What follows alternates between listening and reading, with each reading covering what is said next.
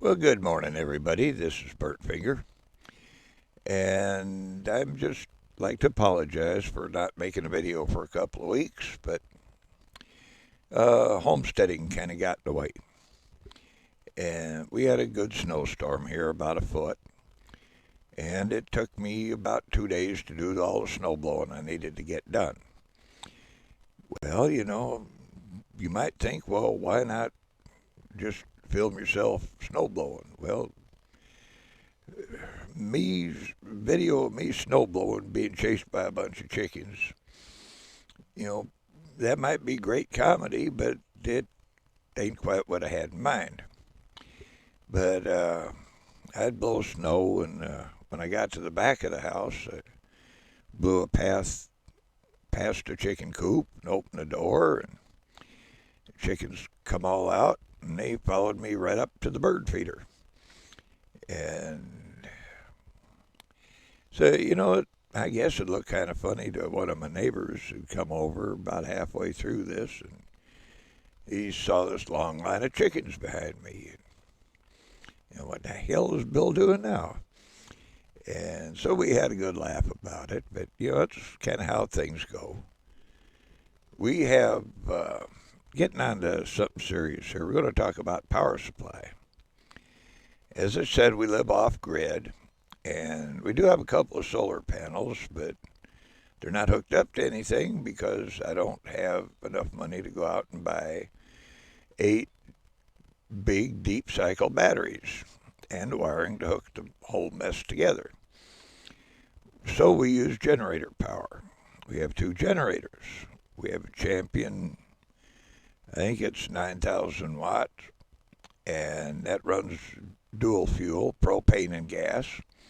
And then we have a Generac 10,000, and that runs strictly on gas. I was just ecstatic when we got the propane generator because it'd make my life a whole lot easier if I just had to go down and flip on a switch. Well, it does make my life easier to go down and flip on a switch in the summertime and spring and fall. But in the wintertime, the propane generator don't seem to be all that enthusiastic. And the Generac, works just fine. Drawback is it takes 5 gallons of gas a day to run. And not only does it get expensive, it means we have to go to town, or at least as far as the gas station, every couple of days to get more gas.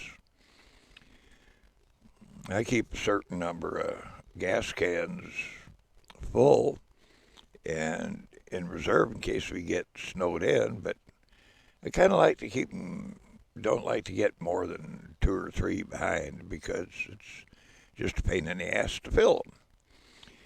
And, but anyway, that's kind of where that goes. Fortunately, it has not been cold enough this winter that I've had to go out there and grab the starter rope and give her a yank and have the back end of the generator lift off the ground like I do usually a couple of times in the winter. And so we've dodged that. But that's kind of how power works.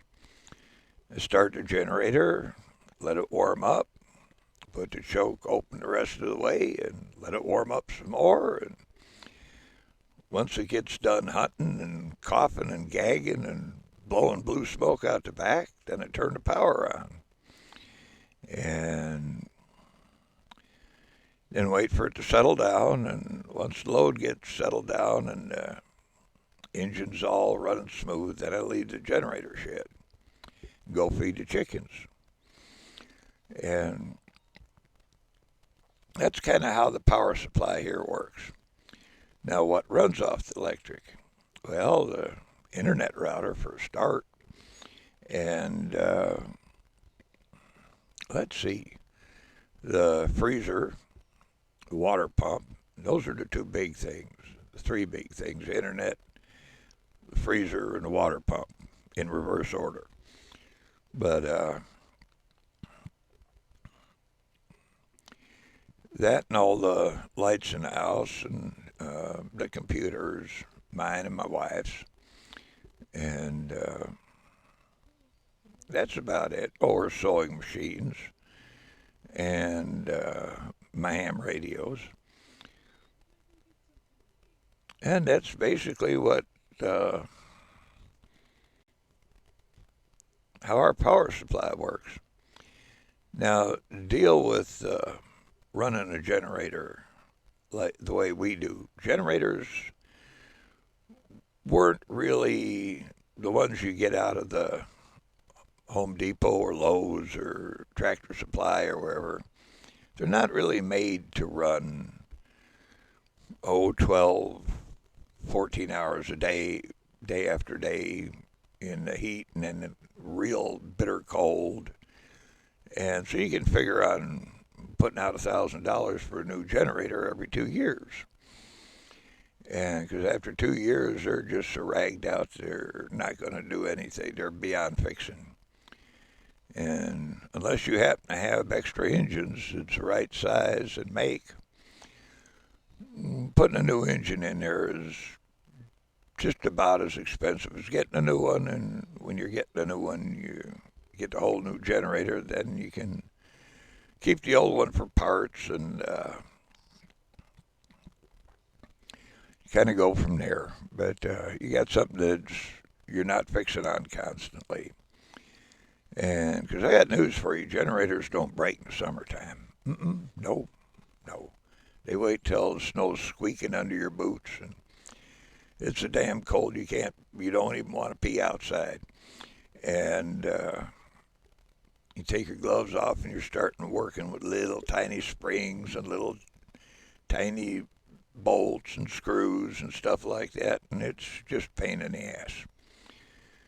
But that's part of the reality of living out here. And believe me, it's one hell of a convenience compared to not having it.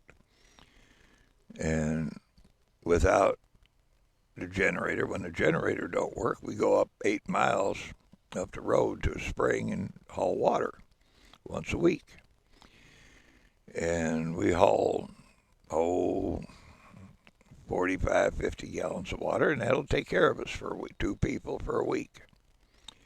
Hint to those of you that's storing water. You're going to need more water than you think.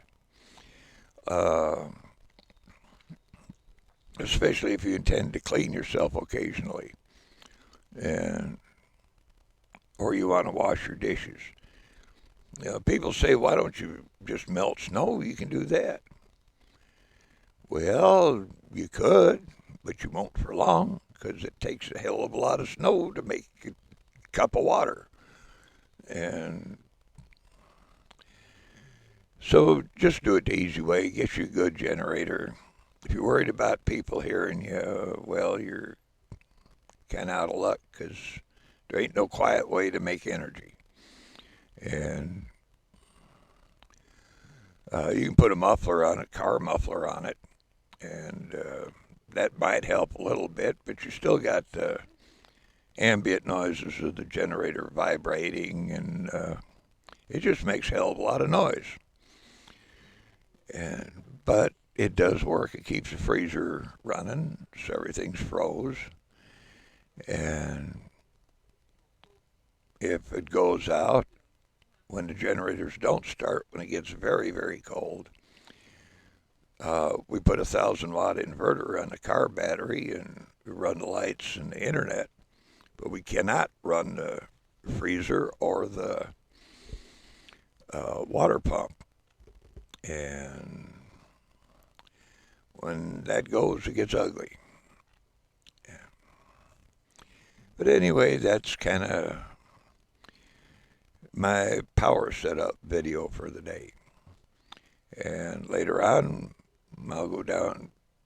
Maybe I'll take you out in the generator shed and give you the grand tour. And talk to you later. I hope everybody has a nice day, and I'll try to be a little more regular on it. Bye for now.